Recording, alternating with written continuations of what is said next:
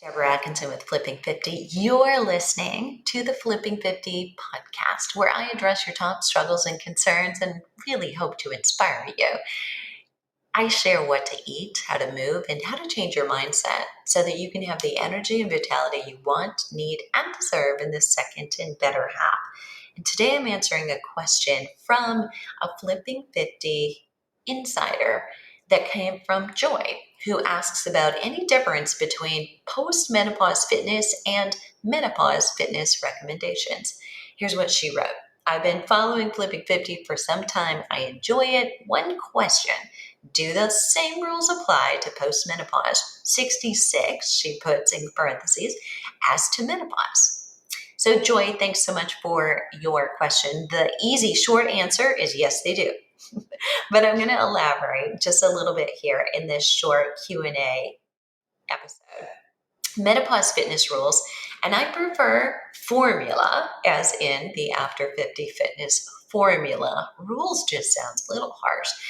Do apply to post-menopause fitness. If anything, in menopause, post-menopause, you have a little bit more latitude and you'll be supported by increasing the amount of low to moderate activity that you do. So really, I'm talking walking.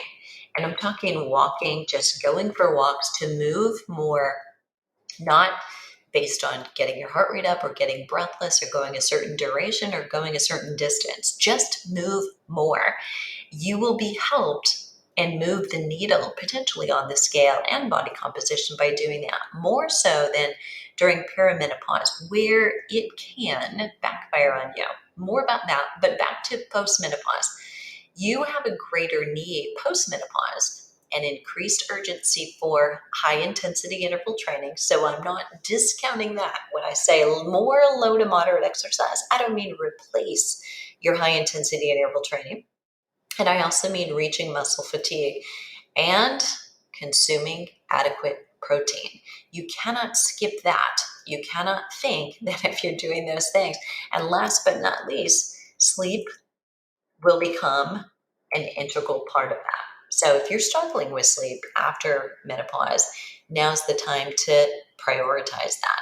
Prioritize sleep, number one, in your schedule. Observing a sleep hygiene schedule, having a bedtime and a wake time that are consistent. If you can't control bedtime, control wake time. 24 or 365 days a year, same wake up time. Sleeping in is actually one of the worst things you can do for yourself. Here's the reasons that it may or may not be obvious. So I don't want to skip over these things and say, assuming you got this, right?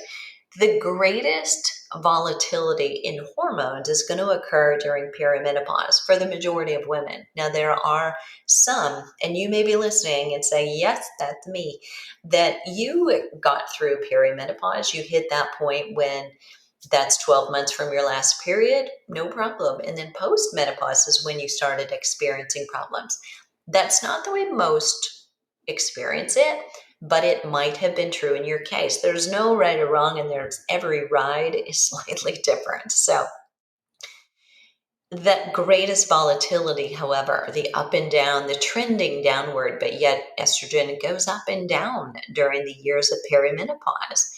It's not always the rule. Again, it may not apply to you, but because of that, there's a greater chance. Symptoms include fatigue, insomnia, weight gain, bloating, constipation, brain fog. There are many others. There's 34 total, but these are most likely to influence exercise negatively, meaning you're not going to want to do it. You are, if you're sleep deprived and groggy, and it actually inhibits your safety or dramatically decreases your safety for reaction skills if you're sleep deprived. So many of the things we want you to be doing, like including agility, reaction skills for working on your balance, could become unsafe because you're sleep deprived. So we've got to factor that in. So more exercise, given a woman in perimenopause may experience many of those symptoms, it is probably, even the low to moderate exercise is probably going to add more stress, meaning more cortisol, which adds more fat storage, which is a vicious cycle, and take you in the opposite direction from your goal. So any quote unquote rules only apply as you're filling out a blueprint for yourself and realizing the ideal for you is based on the feedback your body is giving you. If you start to experience more insomnia, more sleeplessness, more weight gain, it's data. All that tells you is reroute right now. Something is not working. Have you added more fat? Have you added more carbs? Are you feeding yourself too much fuel? Are you not feeding yourself enough protein? Are you not sleeping enough? Do you need just a little bit more support? Does your thyroid have an issue? So there are things, yes, to look at, but first use your signs and your symptoms. They take us to what's next. What's our next step? So you don't want to revert back to exercise programs just designed for everyone, including the After 50 fitness formula for women. Yep, ultimately, we'd like to see you address your muscle and your bones so that your body composition is optimal, your risk of falls and with fractures is also reduced by doing 2 strength training sessions a week, 2 muscular fatigue. There may be an additional, more functional exercise or strength training program there. At least 2 high-intensity interval training HIIT programs a week. They're short.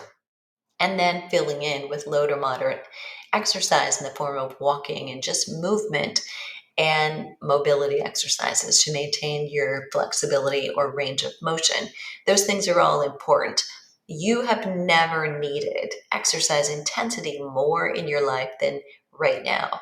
That's more true when you're 60 than when you're 40. So you don't want to be getting older thinking I should slow down and do less. Absolutely not. You may do less frequency, but you should do higher intensity and be sure you reach fatigue when you do it. So those things, again, that you really need post-menopause as much or more as in perimenopause, because in perimenopause, you're going to tune in, you're going to cater to how are you feeling? And we're going to help you balance those hormones by supporting decreased stress levels, sometimes by decreasing the exercise. Post-menopause, you need high-intensity interval training, strength training to muscular fatigue, reaction skill types of movement, and mobility exercises, as well as just low to moderate movement every day. All right, I'm going to put some resources in the show notes. Some easy places where, if you're wondering, where do I start? Where do I get that? I have 2 different resources. Number one is You Still Got It Girl strength training videos with the option when you purchase to add fast twitch interval training videos to that purchase. So you've got everything you need right there other than mobility and stretching, although that's included in your strength training videos.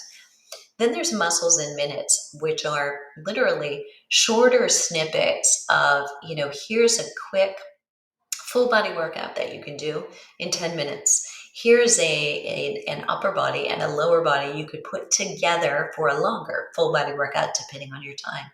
Here's lower body plus chest and back and arms if you have an even longer period of time and the energy to do it. So you've got lots of options in there.